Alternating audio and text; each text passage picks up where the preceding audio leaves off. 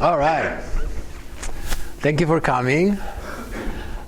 I've been predicting already for some time that functional programming is going to become the mainstream. And so far we've been sitting in this backwater of programming in C++, and functional programming is finally coming into C++.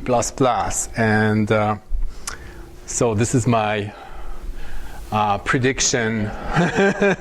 I see a monad in your future. I don't know how many people here have heard the word monad before. Anybody? Oh yeah, a few, right? And who would actually run away for cover when they hear monad? I know it sounds scary, and I'll be using a few scary terms today, but don't be afraid. They come from mathematics, they come from category theory, but really that's just what their source is. But you don't really have to know any of the heavy math in order to use them.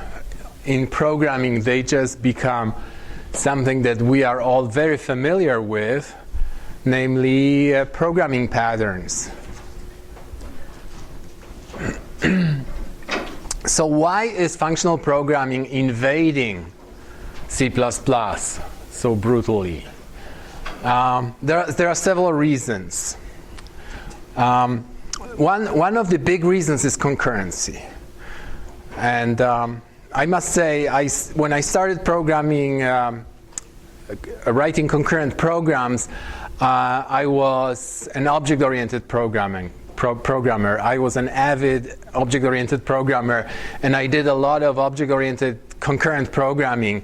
And I must say that probably object-oriented programming is like the worst approach to concurrency, because it almost forces you into things that are bad for concurrency, the no-nos of concurrency. One of them is data sharing. Data sharing is so prevalent in object-oriented programming. And the other is hiding, data hiding. So together it means you are hiding the sharing of data. Right? So if you write a concurrent program and you don't know what data is shared, you suddenly run into data races. And it's just like almost guaranteed in an object-oriented programming that if you try to parallelize your program, you will end up with data races. So functional programming is like the opposite of this. In functional programming, things are more open and visible. There's not so much of the hiding, and sharing is minimized. The other thing is that C++ has been evolving. And one of these evolutionary changes is making functions into first-class objects. I mean, it's been going on for some time already. I mean, first-class objects means that you can pass functions around as arguments, and you can return them from other functions. And we've been doing it for some time. You can do it even in C.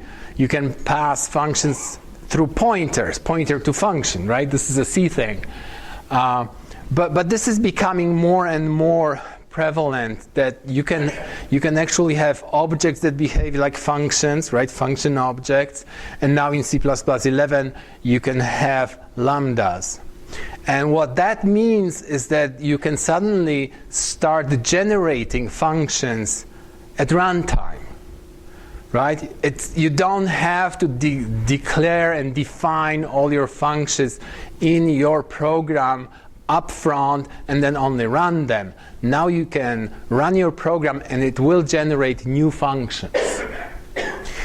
Another helpful thing is the acceptance of generic programming and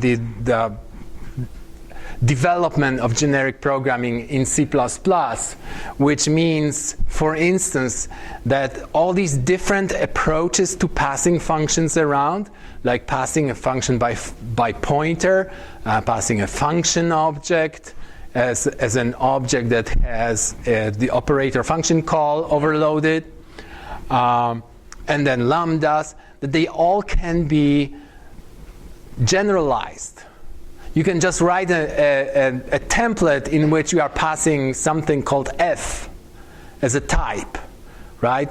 And at runtime, this f, you can call it, you can instantiate it with any of these. You can instantiate with a function pointer, you can instantiate with a lambda or with a function object. And finally, memory management plays an important role. I mean, in functional programming, people don't worry about memory management at all because they have garbage collection. And C++ is like the opposite. In C++, half of your code is about worrying about managing memory. How do you pass it? Do you pass it by reference, const reference, or maybe R-value reference, or who's the owner, who allocates, and then who deletes this? How do you pass it around? Do you call new, and so on?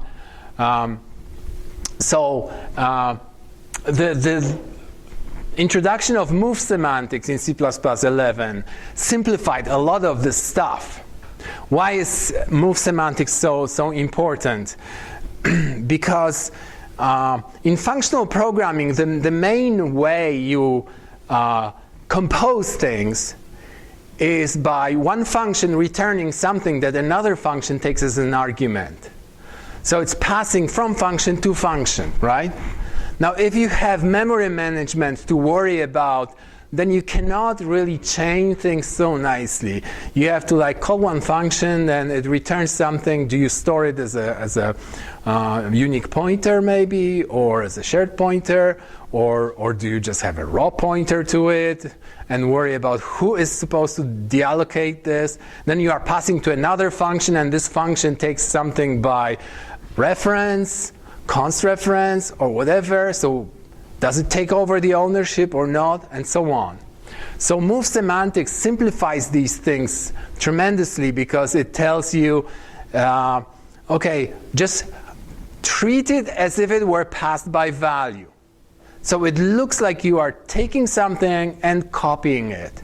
No matter how huge it is, it just semantics is as if you were giving me a copy.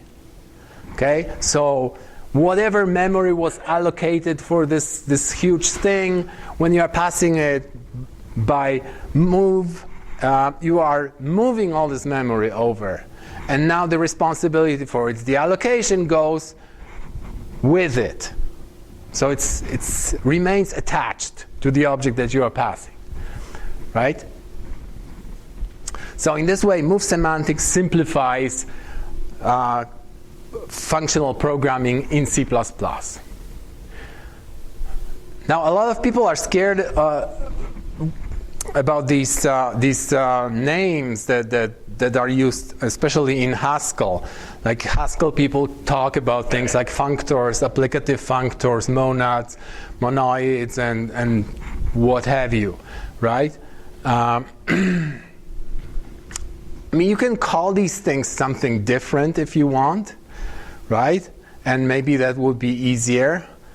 But since there is this language of mathematics behind it, I don't think one should really invent new names for this stuff and just learn these names and learn what they mean.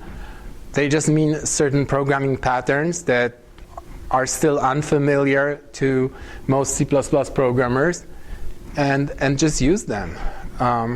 There's really nothing scary about it. And I will explain all these terms today, and hopefully by the end of my talk, you will know what these things do, and you will be able to recognize them. So let me start by introducing functional programming in C++, so sort of introduction before I go to talk about futures. Because my talk is about futures, about concurrent programming, right, about the future library. So higher order functions have been in use for some time, especially in C++. I mean, I looked through the standard library and I looked for algorithms that accept functions as their argument, and there are many.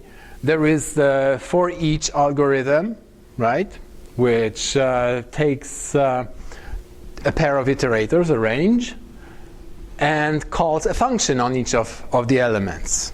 Now I wrote this function here as a lambda, as a C++ lambda. and notice that the introduction of lambdas into C++11 made this kind of programming much easier, because you don't have to, like, for every single algorithm, you don't have to define a global function or do other kind of weird stuff. You can just inline it right there.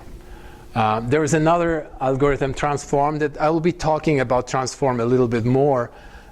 It's kind of important. Transform takes a range and takes the output iterator where the result will be written, and it takes a function. Here, this function is also a lambda, and it's a function that takes an argument that's like one element of this container here, transforms it. Here it just squares the number, and then it puts it in the output container, right? And there are many others. There is sorting, where you can pass a comparator, the compare function. There is find and copy if, and they take predicate functions. There is this accumulate, which takes a binary function of 2 arguments, and so on. So this is pretty well known. Functions being arguments to other functions. And these functions that take functions as arguments, we call them algorithms in C++. But these are just higher order functions that take functions. Then there's another aspect of functional programming, is how you create these functions, right? So one way of creating function is just declaring and defining a function at compile time. Another is creating a lambda. And then there are these combinators that you can use to build functions from other functions. Okay? They are very awkward in C++, but they do exist. And there are things that are known in functional programming that are called currying and partial application. And in C++, you have this combinator called bind, which does what in Haskell is called currying and partial application. So there is this bind, which takes a function of n arguments and supplies some of the arguments to it, but not all. Right? So it returns another function that kind of requires some more arguments. Right? So if you have a function of 2 arguments, you bind the first argument, then you still end up with a function that takes 1 more argument. Right? And that's called partial application. Another thing, so this is how you can combine functions, and there are more. Bind, by the way, is C++11. Before it was, there were several other combinations, bind first, bind second, and so on. Now it's just one bind, and it works for everything. The other thing is, in functional programming, you can combine algorithms very easily. You just pass one function, returns one thing, and this serves as an argument to another function, and so on. You can chain them this way. You would like to be able to combine algorithm in this way, but STL does not work this way, unfortunately, because in STL, first of all, the argument, the container on which you are operating is passed as a pair of iterators. Okay, this will be better with ranges, I hope. And the output is often passed by reference as an argument, right? And some of these algorithms maybe return an iterator, but it's not clear an iterator to what and so on. Like they may return an iterator to the end of the thing, or, right? So I found one example of this like functional style programming that looks awful. But it's representative of what you would do with these things. So here's a combination. This is an example in which you actually can glue together two algorithms from STL, which is a rare thing, right? Because remove if returns an iterator, and you can pass this remove if iterator to arrays, because arrays takes an iterator, right? So this is like what you do in functional programming. You would do this, like this is a filter, and this is an eraser, right? And the function that you pass to it is done by binding logical AND with greater than -10 and less than 10, which you obtain by binding the less operator and greater operator by providing one argument to them, right? And this is _1, _2. These are placeholder. Yes? Why would you write that instead of just using a lambda function for the two? No reason. No reason. It just shows you. This is probably like, you know, before C++ 11, that was the only way of doing these things. Or the other way would be just to write a global function, right? So this is not the style of programming that I would recommend. Okay, so now for something completely different, let's talk about futures, okay? Because futures are really where functional programming plays first fiddle. So what is a future? A future our origin of the future is in channels. A future is like a channel to pass information between threads. But a channel is just like a message queue, but with only one slot, and cannot be reused. So it's like, you know, like these pens that you write once and then you throw it away. So this was actually this was invented in functional languages. It was in ML. John Reppy wrote his PhD thesis on this, and this is beautiful library. He just like dissected the problem into atoms and then combined them together into a library that's like the paragon of reusability and composability. So in C++, we don't have an abstraction of a channel. Instead, we split it into two abstractions, two ends of the channel. So if channel is like a tube, and we have two ends of this tube. One is called promise. That's the push end of the channel, and the other is future. That's the pull one. Right? So let me show you how future works. Okay, so you start by creating a promise.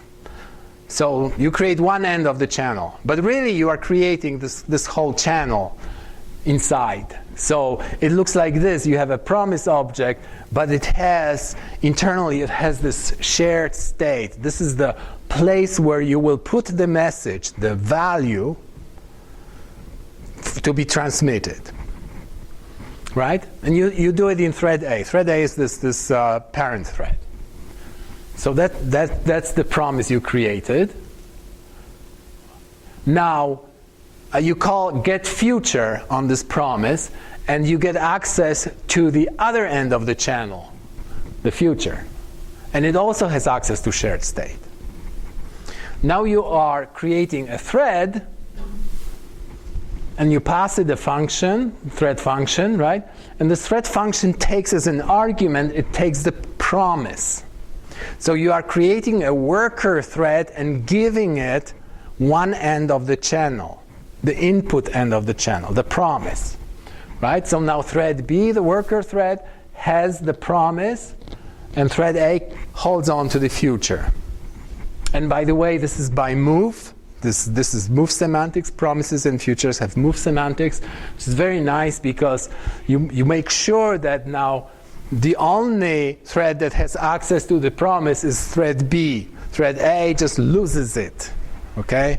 It's been moved, it cannot use it. If it tries to use it, it will fault. So you create a thread with the promise, and then in thread B, you do your calculation, and when you are done, you call promise set value. And since this is a promise of the string type, now notice that these channels are strongly typed, right? So it's a different channel for passing strings and different channel for passing integers. And because they are created together, there is the guarantee that both ends of the channel understand the same type. So you cannot put a string and then expect an integer. That won't work. And it won't compile, which is great, right? So thread B called set value through the promise, and it just attached, put this string inside shared state.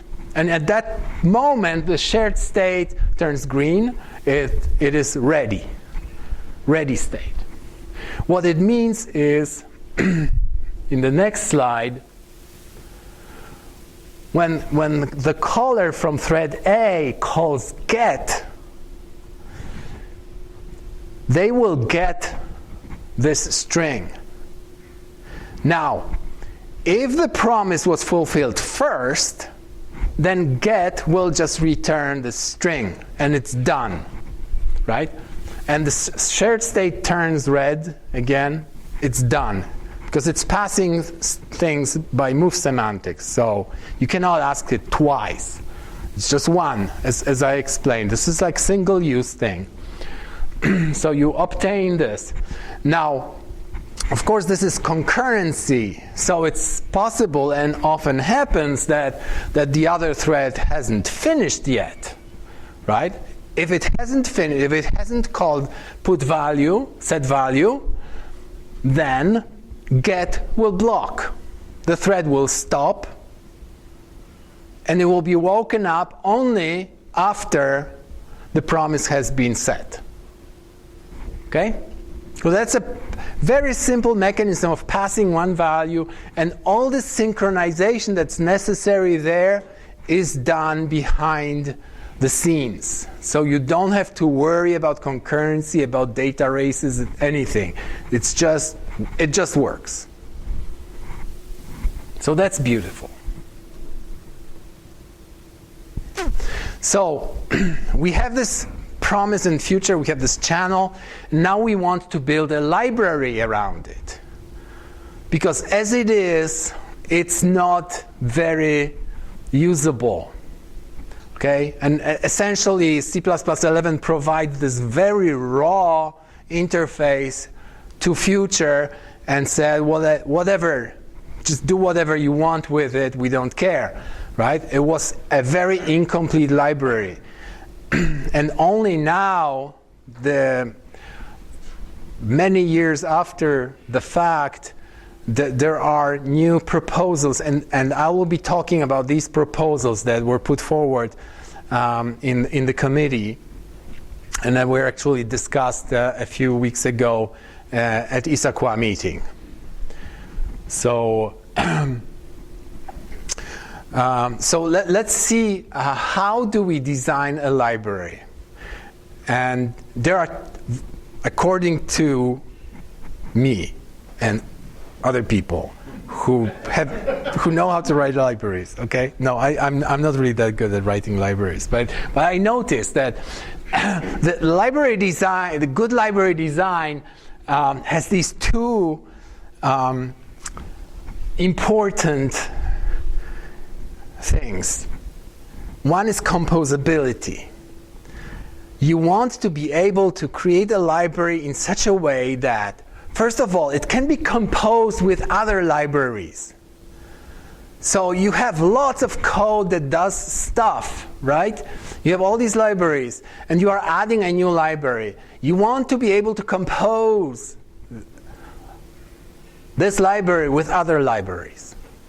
Not only that, you want to be able to compose things that are inside this library, or the things that you create using these libraries. You want to compose them together, right? So you are creating like a Lego set with little blocks, right? And you want to make sure that these blocks fit together, that you can create bigger things from these blocks and they will fit together, and then that these blocks will fit together with other Lego sets provided by completely independent people. Yes? So your previous slide that Walter asked about is a good example of it was composable, but it was unusable. Yeah. But at least, I mean, they tried. Right? They tried to make things composable. And the other important property of a good library is orthogonality, or separation of concerns, right? That you want things that you compose to be independent. So you want to compose, horizontal things with vertical things in any possible combination. But for that, you have to make this distinction: what is horizontal, what is vertical, right? So you have to figure out what are the independent directions that your library is supporting, and be able to combine these options into new entities, right? So how do you design a good library? How do you figure out these things? And it's very, very hard, okay? And it requires just looking at other libraries, what other people did, and there are certain patterns that are good for libraries, right? And you read books about patterns and so on, and you find out what works and what doesn't work. So, futures formed such a library. And what I want to show you is how futures can be made into a composable library. So I will be showing you particular problems of composability and showing you the solutions that were proposed into the standard, and also how these solutions were created from functional programming, because these are the patterns that come from functional programming.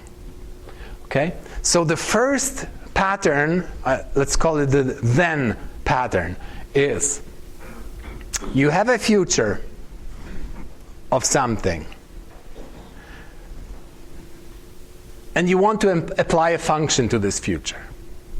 Okay? So you might say, okay, so let me write a function that takes a future, right? But that's not composability. The composability is, I have a function from another library. It knows nothing about futures. I want to be able to apply this function to the value that's inside the future, right? So I want to be able to say, take this future, when the value is ready, then apply this function, right? So here's an example. I have some async function that returns a future of string. And I want to parse this string. But I have to do a get first, right? I have to get the string and pass it to parse. Now, get, unfortunately, will possibly block. And every time you block, you are losing opportunity for concurrency. And I mean, the whole story of concurrency is that it's either that you want to reduce latency, or you want to run things in parallel so that they run faster. Every time you block, you just spoil this. Okay, so you should avoid blocking as much as possible. So this is not a good pattern. And this is unfortunately the only pattern you could do with C++11. So the extension proposed to do this, to fix this problem, was to add a method to a future called then. So you take a future and you say, this future, then this function. Okay? So when this future is ready, then immediately call this function. So there is no blocking there. When you say then, this call to then is non-blocking. It just says, do this function after you are ready. Not now, if you are not ready. Okay? Store it somewhere for later. But when it's done, when the future is done, then call this function, please. Okay? And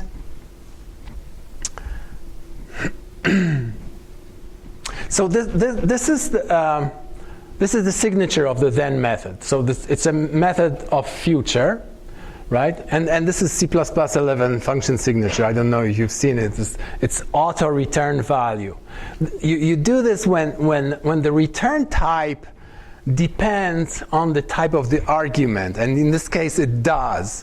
So you cannot say what the return type is before the parser, the compiler gets to the arguments. So you have to do it after the compiler has seen the argument. So you say auto and then put an arrow, and this is the return type.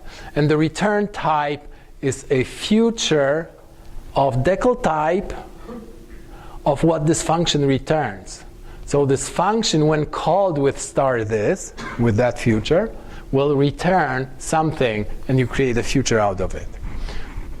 I mean, this sounds complicated, but really it's simple. So if you have a future of string, as in this example, right, then you call then with a function that takes a future of string and returns a tree. So this function returns a tree, but the then will return a future of tree. Okay, so this is a little bit confusing because it's not really this nice composability. Because why is this function taking a future? You want to be able to compose with a function that takes a string and returns a tree, right? Because that's a function from the parsing library, right? It knows nothing about futures. This is why I had to write this lambda here to adapt these two things. And every time you have an adapter in between things, it's just like, this is a European plug and this is an American device that you are plugging into it. You have to put some kind of transformer in between. So it would look much nicer, and that's another proposal that was like the proposal on top of the proposal to fix this is this method next. A method next would actually take a regular function, right? Not a function taking futures, and would just call this function. So you would say future of string next parse. And parse will be called immediately when the string is available. And this whole thing returns a future of tree, because tree is what parse returns. Then returns a future of this thing. And then you can call get, and you get a tree. Now this get will block, and that's okay. But you can chain these things. You can create very long chains, and you call get at the end of the chain. So that's much better. Right? You can postpone the calling of get. Eventually, you always have to call get. But you don't want to call it 5 times, 10 times, right? You want to call it once at the end. So why is this designed in this way?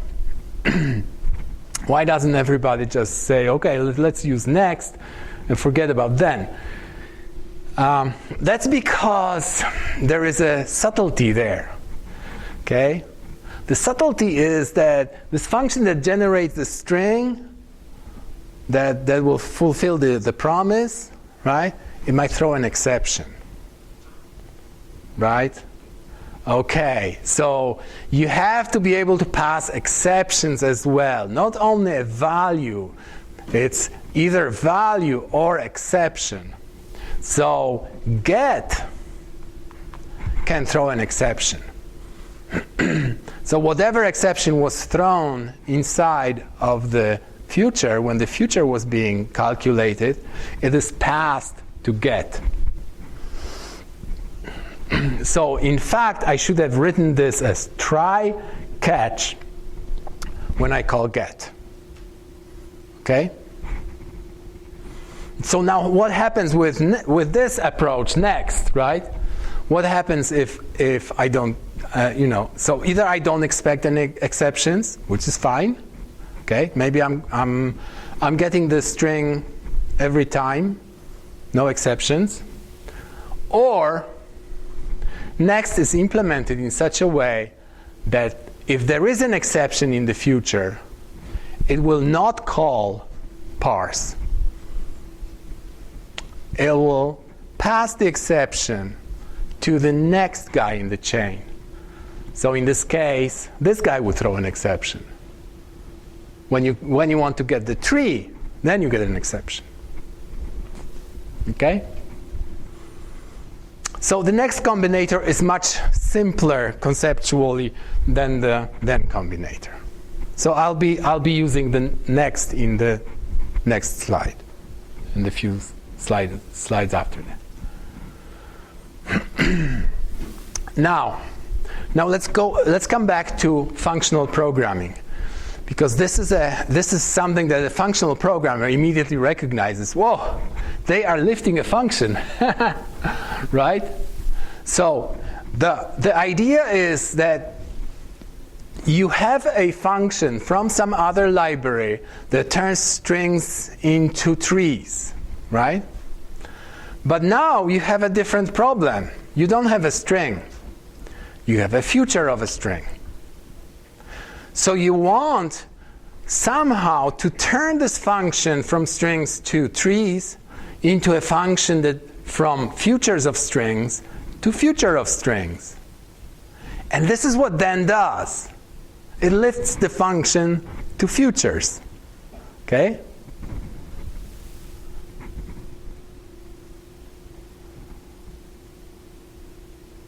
So maybe this is not totally obvious from the syntax that that's what's happening, but parse is a function that takes a string and returns a tree, whereas next takes parse and turns it into a function that will act on a future string, while the argument here is on the left, right? It's this, and it will return a future of a tree. So this kind of lifting of functions, that's a pattern that occurs in functional programming a lot. And I'll show you another example of lifting a function. This time, so the lifting of a function is into some realm of encapsulated values. So like you have values, you have strings, you have trees, you have integers, and so on. And then you have encapsulated values. For instance, futures of these values. But here's another way of encapsulating values, into containers. So you have values and you have containers of values. What does it mean to lift a function so that it operates on containers? Well, it means to transform. Transform is this thing that takes a function, it's a function square, takes this function that operates on integers and returns an integer, and makes it work on a whole container, actually on a range, right? And what it returns a new range. Well, actually, it returns it into this out vector, right? But in principle, if you squint, you see that transform lifts a function into a function operating on ranges. Okay? So this lifting, it's a very functional thing. So now together, so we have two things that form a very nice pattern. One is this encapsulation, and then once you have the encapsulation, you want to be lifting functions, right? So the encapsulation, you can talk about this encapsulation in terms of type constructors. Because what does it mean? When I say, oh, you have a value and then you encapsulate it into some new type, like a future of this particular type. So you have something that takes a type, arbitrary type, and generates a future of this type. That's like a function acting on types, right? Give me any type. Okay, here's an integer. All right, here's a future of integer. Right? Here's a string. Okay, here's a future of string. So you have a way of mapping types into these encapsulated types. And that's called a type constructor. Okay? So here I give you examples of type constructors. And they are written in C++, they are written as templates. Templates that take a class and then they return a class that's parameterized by this type. So for instance, a vector is a type constructor, right? A vector is not a type. A vector of int is a type. A vector of string is a type. Vector itself is a type constructor. It needs a type as an argument. Unique pointer is a type constructor, right? So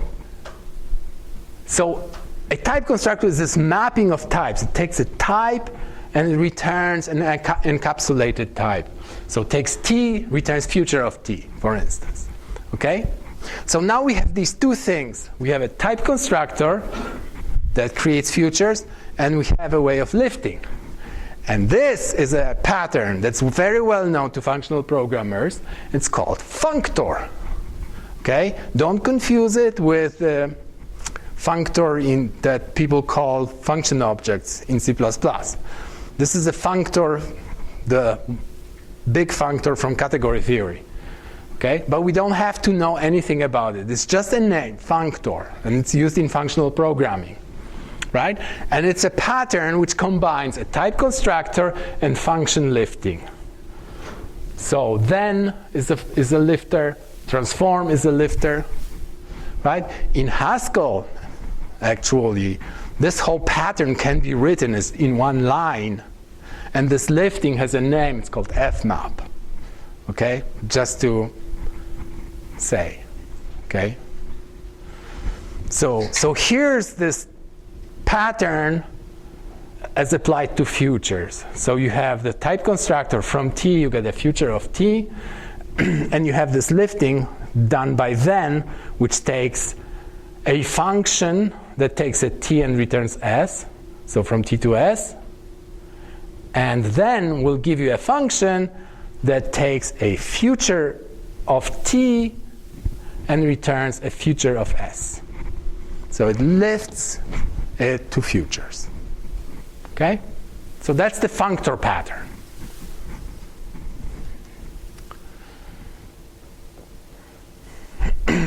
But that's not all, okay? That's one part. This is already building some kind of composability, right? It tells me, oh, I can combine functions from another library with my library. Hey, that's great. But we need more. So here's a problem that we want to solve. We have a bunch of async calls, okay? They take some arguments and then they return a future. Because they cannot return the stuff immediately. They have to do some work in the background, and when they are done, they will provide the value. So right now, they just return a future. So you have a bunch of functions like async open. Takes a name of a file and returns a future of a handle. Then you have a function async read. It takes a handle and returns a future of a buffer with the contents of the file. Right? So notice that these functions, they take regular arguments, but they return futures. how do we chain these functions? I want to open a file and then read a file. Okay? So in principle, what I could do is I would say async open, and then, or next, async read.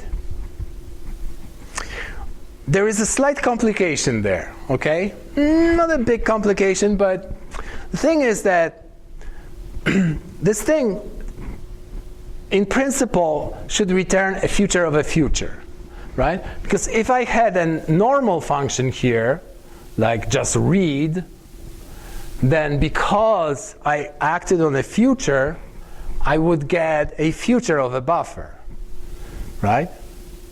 But now I have async read, which returns a future. So next should return a future of a buffer, right?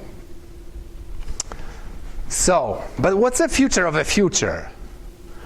It's really the same thing as a future, right?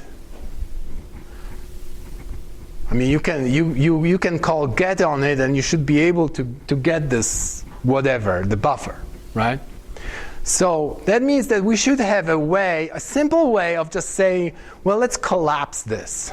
If you have a future of a future, I can collapse it to a single future. No biggie, right? So the proposal has this function called Unwrap. Unwrap will just collapse double future to a single future. So this is not an actual code, because I'll explain in a moment. But what would you do is you would call async open, you get a future, you do next async read, but that would return a future of a future. So you call unwrap to get a regular future. And also on this future, you can call next and say, let's say, async process or async parse or async whatever, right? And then unwrap again. So as you can see, this combination, next and unwrap, next, unwrap, next, unwrap, this is so common that it has a name. It has a name bind in functional programming. So this next and unwrap is called bind. And in Haskell, this is actually an operator like this. And it combines join, which is join is unwrap, and fmap is next. Okay, so this is combination. Now what was proposed in the proposal is a clever trick. I don't know what to think about it yet, but it seems like it's a nice, clever trick that you can overload next and then, so that when you give it a function that returns a future, it will automatically collapse the double future that results. So in this way, next and then really start behaving like bind. Okay? So you have bind as this apply a function and then collapse. Apply the function and then collapse. Okay? So we have bind, which is used to combine functions that return futures. And we need one more thing. We have to be able to lift a value. Why? Because suppose that you are creating an asynchronous function, right? And you have a condition there that says, you know, when this thing is some particular type, I don't really have to go into the trouble of doing it asynchronously. I have the result right there, right? And of course, you can implement it by, before you call the function, you could test the condition and say, okay, if this condition is this, then I will call the asynchronous function. Otherwise, I will just return a value, right? But that means if you want to inspect the value, you would have to get the value first, right? And you don't want to do that. So you want to be able to write a function that always returns the future, But in the case, if it doesn't have to do any calculation, it returns a fake future. It returns a future that really contains the answer from the very beginning. And when you call get on this future, you'll just get the value without blocking ever. Right? And the function that creates such a fake future was proposed, the name was proposed MakeReadyFuture. So it makes a ready future from a value. So for instance, if you want to create a future of integer 42, you just say MakeReadyFuture int 42. And you get a future. And whoever expects a future from you will just take this future, will call get, and be happy with it. Right? They don't have to write special code. Oh, maybe this guy didn't create a future, he just returns a pure value, so let me do something else. No, it's just a future, but it's a trivial future. By the way, I talked about containers being also this kind of generalized encapsulation of values. If you wanted to lift a value into a container, you would just create a container with this value, singleton, right? So like a vector that contains only this number. So this is the monad pattern. Okay? This is what they call monad. So I've been leading you towards this. Okay, now I can admit.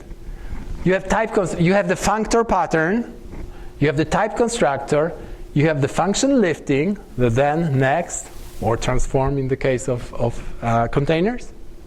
You have the collapsing thingy, like unwrap. And by the way, for containers, the collapsing thing is called concatenate. And you have the value lifting, like MakeReadyFuture. If you combine these things,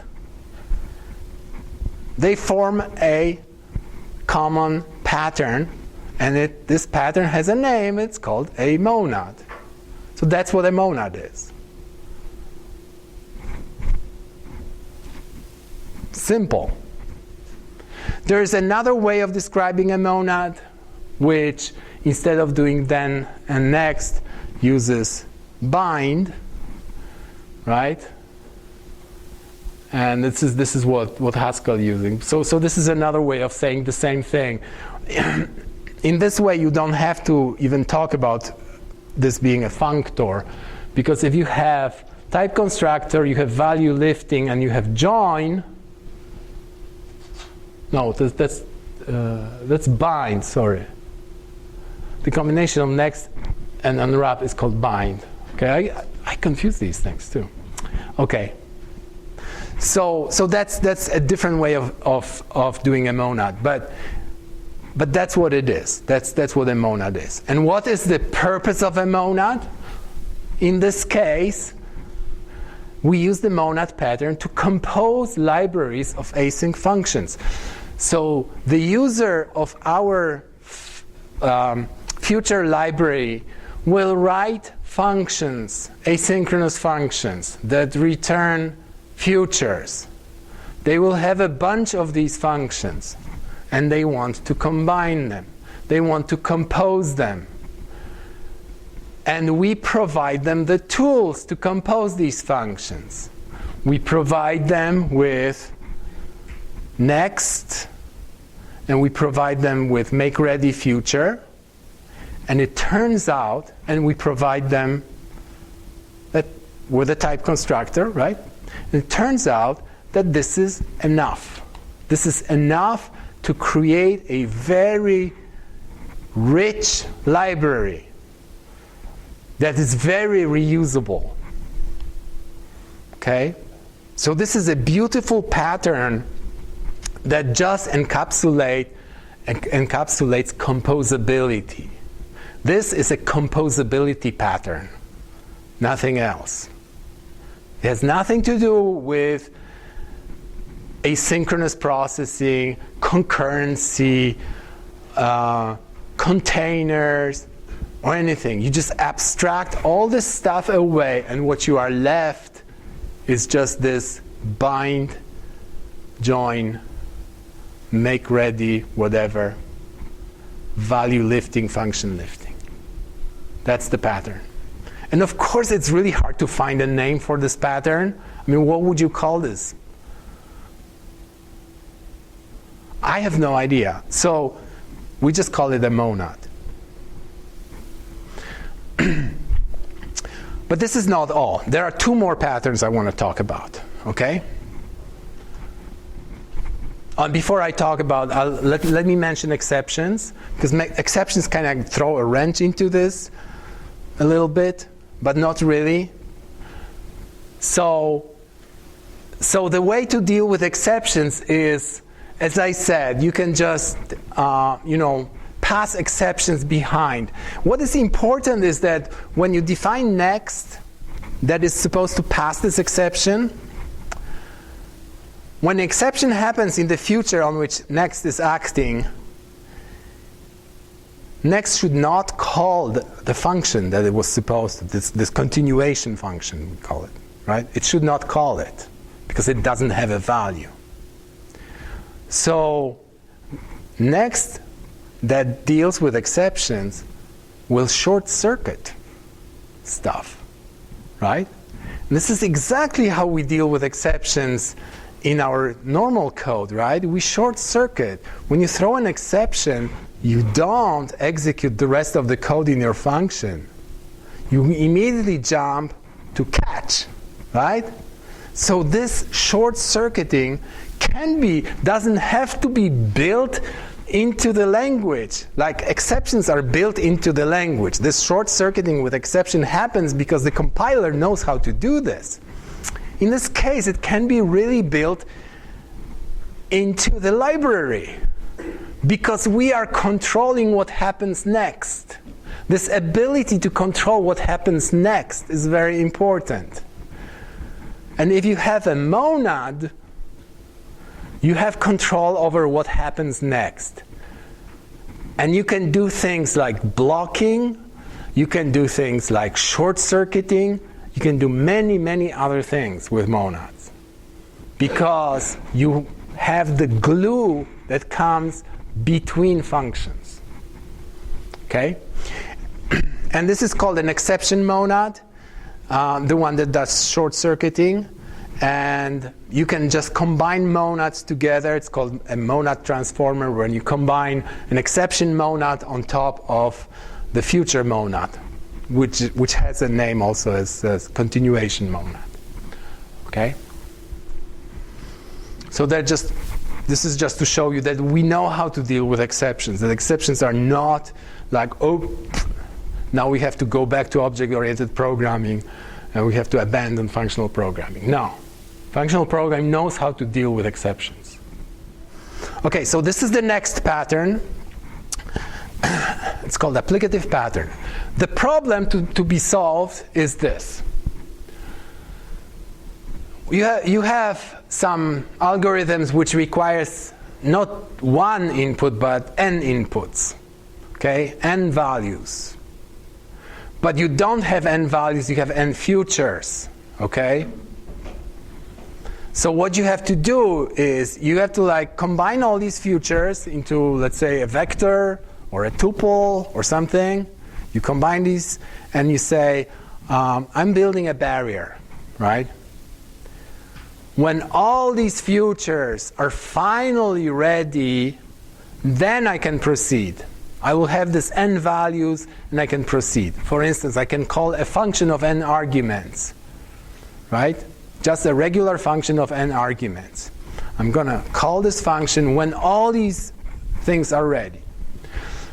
So in C++, the proposal is have this combinator called when all. When all takes a list of futures, right? And there are two versions, like one takes 2 iterators and the other takes a variable number of arguments, okay? And it returns, now what it returns is really complicated, unnecessarily, I think, but okay, that's the proposal. So it returns a future of a bunch of futures. So it either returns a future of a vector of futures or returns a future of a tuple of futures. Okay? So the client now cannot just say, okay, so now I'm going to proceed with this and so on, build on. Now the client has to say get on this big future. And when the get returns, then the client has to iterate over this container of futures. They are all done because that's guaranteed by when all. That all will be all ready. But you still have to go through them and get. This time get will not block because they are all done, but you still have to get all these values. And once you've accumulated all these values, then you can call your function of n arguments. Okay? So this is kind of awkward. Okay? Functional approach. This is a well-known pattern in functional approach. In functional approach, the problem is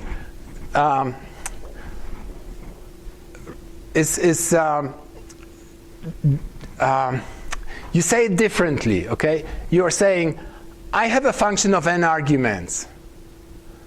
I want to lift it so that it takes futures and returns a future. Okay? Just like I did with a function of single argument, I lifted it. Right? So why can't I lift a function of 2 arguments, 3 arguments, and so on? Right? So this is how you formulate the problem. It's a different formulation of the problem. So lifting of an n-ary function, right? A binary, ternary function, and so on. And there was a discussion of doing something of this form that you have a combinator called when all done, you pass it a bunch of futures, and then you call next, which is again overloaded with yet another possibility. It takes a function of n arguments. Okay? So this function of n arguments would be called automatically when all these futures are done. And you wouldn't have to get. You can just proceed. And you can build this tree of, because now it becomes kind of, a graph, a flow graph, right? And this is just one node in this flow graph that just combines a bunch of futures and creates one future. And then you can call next on this future, and then you see the drift, right? I mean, you can create flow networks using this. So this is when you want to lift a function of multiple arguments. Let's see. Am I saying here that this is an applicative pattern? So an applicative functor is something that lets you lift functions of multiple arguments, plus it has this thing like MakeReadyFuture. So these things together form an applicative functor. We had this MakeReadyFuture in our monad, right? But monad is really something bigger than applicative. Final thing, monoid pattern. Okay, again, this kind of weird name from mathematics, monoid. So the problem to be solved here is we have a bunch of futures, but we want to wait for the first one to finish. So it's a race. We have n futures. Which one is first wins.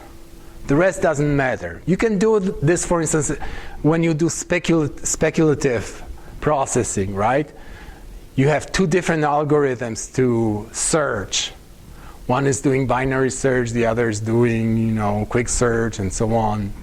Something like that, right? And you just want to see which one comes first. You want to continue processing the result.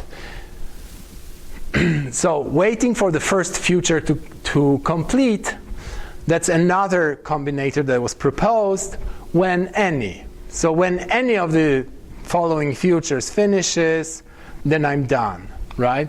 And again, it takes a bunch of futures and returns a future of a collection of futures. Now this time, these futures are not ready. Probably, at least one of them is ready. We know that, because otherwise, when any would not finish, right? So one of them is ready. So the client, well, it could be more than one, right? So the client has to iterate through this container of futures and ask each of these futures, are you ready? Are you ready? Are you ready? Are you ready? And when it finds the first one that says yes, then call get, which will not block because it's ready, and get the value. Okay? Now the functional approach to this, so this is kind of ugly because the client, again, has to do all the work. Yes? So in that previous one, you get your array of futures, some of them are not ready. Can some of them become ready and you see that they're ready? Yes, but you don't care. Understand. Yeah. I just wanted to know if the vector itself of futures was dynamic. Oh, no. The vector is not dynamic. It returns a bunch of futures, but these futures are live. The futures are dynamic, that's right. The futures are live, yes. While you are iterating, they might be finishing. Yes, absolutely. So the functional approach is slightly different. The functional approach says, okay, I really want to concentrate on racing 2 futures at a time. Okay? So I have 2 futures of the same type. So I can combine 2 futures of string. Because the result is a future of string, right? I don't care which one will finish first, but what I need is a string. Right? So I cannot combine futures of different types. I can only combine futures of the same type. So now I have something, I have 2 futures of the same kind, and I combine them and I get a future of the same type. So that looks like, like addition, like an operator, right? It looks like, and it's actually sort of like an OR operator, because I'll get one of them, okay? So it's sort of like an OR combinator, combines 2 futures and gives me another future, so of the same type. So it's sort of like adding 2 futures, ORing 2 futures. And it's associative, right? So if you OR 2 futures and then OR it with a third one, it doesn't really matter in what order you parenthesize these things, because you will always get the fastest future, whether you parenthesize it this way or that way. You'll always get the fastest one. Okay? So it's associative. So we have an operator that's associative, and it actually has a unit, a neutral element, a future that will lose with any other future. So when you multiply it or add it or OR it with another future, you always get this other future, right? So a future that loses always is called never, right? It never finishes. Sort of like an infinite loop. Of course, it doesn't have to be implemented this way. It's just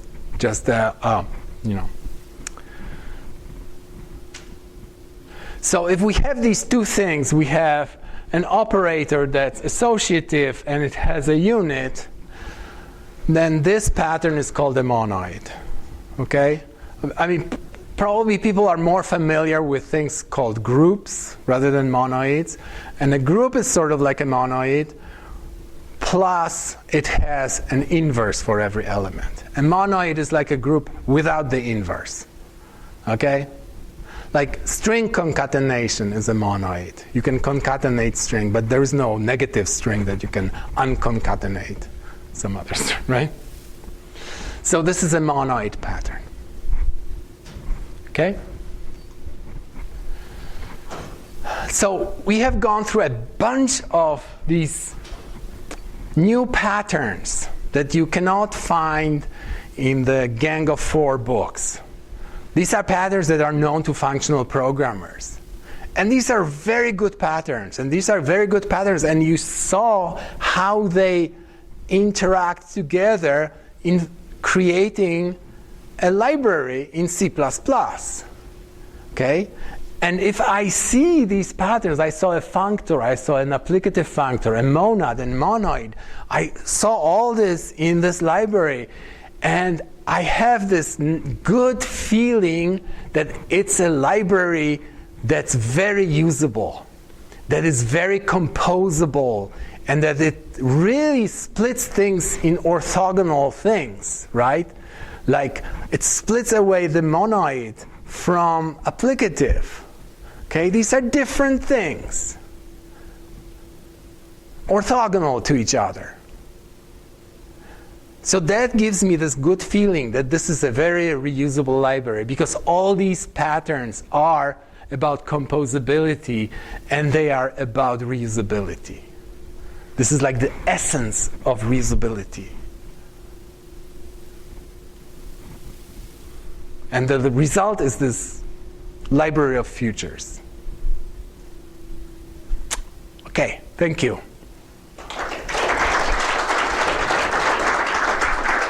Yes? You didn't touch on the three monolith laws. Yeah. Yes. Syntax is fine, but you didn't touch on the actual, as a writer of the Yes, as a writer of the monad, yes, you have to know a little bit more. You have to know about additional axioms that have to be fulfilled by a monad. And it so happens that they work for futures, right? And in most cases, when you don't have a crazy monad, these axioms sort of work. But it's a good thing. I mean, these axioms essentially tell you that if you are combining things using bind, so you have a bunch of async functions, 1, 2, 3, right? One law says they are associative. Really, you don't need to put parentheses. You don't say, okay, I bind A to B, and then I bind it to C, or I bind A to B bound to C, right? So that's one. The others, the other axioms tell you that that the MakeReadyFuture works nicely when chaining, right? That sort of, it behaves like a unit of next, right? Essentially. Okay? My understanding is that if you use the deferred launch policy with async and you launch many more tasks than you have available threads, then they will often not actually get executed until you call git on them according to the standard NWCPP implementation. Yeah. Which means, how should you properly do task scheduling for that?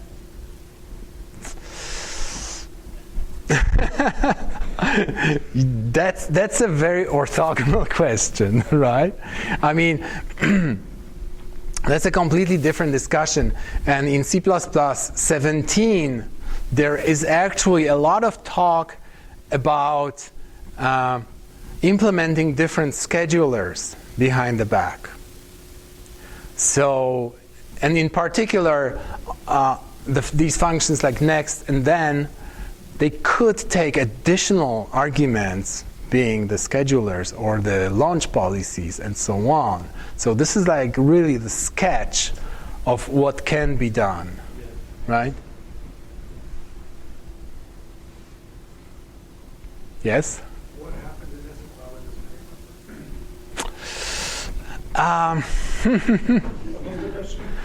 What happened at Issaquah with this paper, with this proposal? Because it's a really good proposal. There are two proposals. One was put forward by Microsoft, and there's the other one that was like elaborating on top of the Microsoft proposal, adding next, adding exception handling, and a bunch of other additional things to it. So most people actually have nothing against it, and it kind of seems like it fills a void that was left by C++11. But there was a small group of people who just didn't like the idea of it's really hard to explain for me because I don't understand their objections, but they sort of wanted to have future as a separate abstraction from an abstraction of something that contains something else, okay? Like something that contains a value. And the only thing that you can do with this value is get it, okay? And I think that's a kind of useless abstraction. I mean, in Haskell you can have this kind of thing, and you would call it the identity functor or identity monad, which is a nice mathematical thing, but it's totally useless in programming, right? So,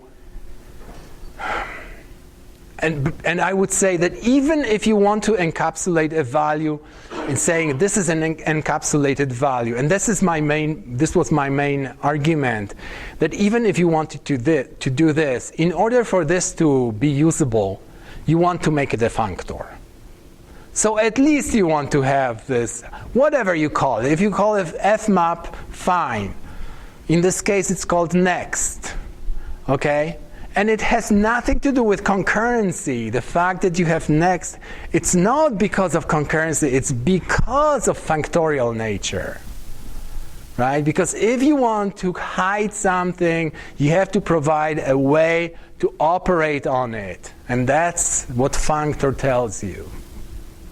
Yes? So as a response to that, you could satisfy their concern by having something analogous to unique lock, where you wrap the future in something that has these additional methods on it. So now the future stays as just a value, but now you've got this other thing that you right. compose. Okay, so maybe there is another issue, another feature of good library that I haven't mentioned is minimality.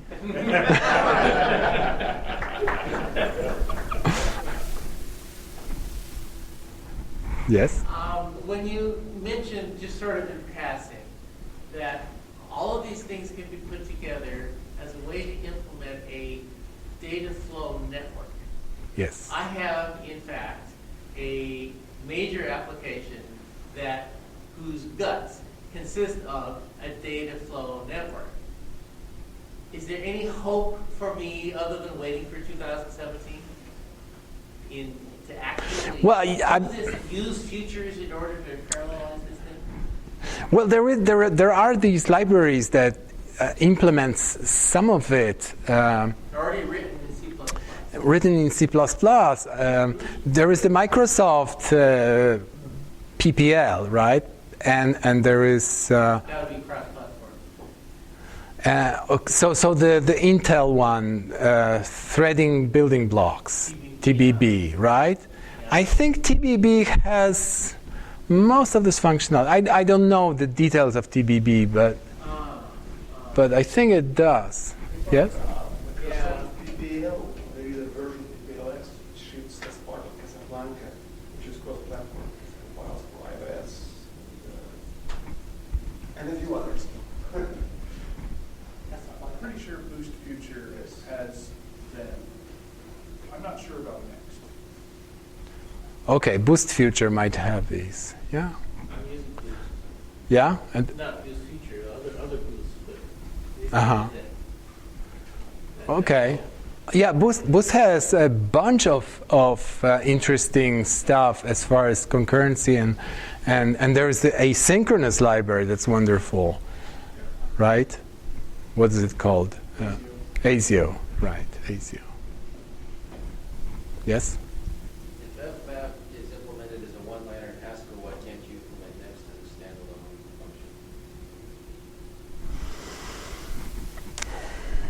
function? I don't know if next could be implemented as standalone, because it sort of would have to be, I think it would have to be a friend of future, because future doesn't, I mean, either that or future would have to expose something that external functions would use to implement next. I don't know.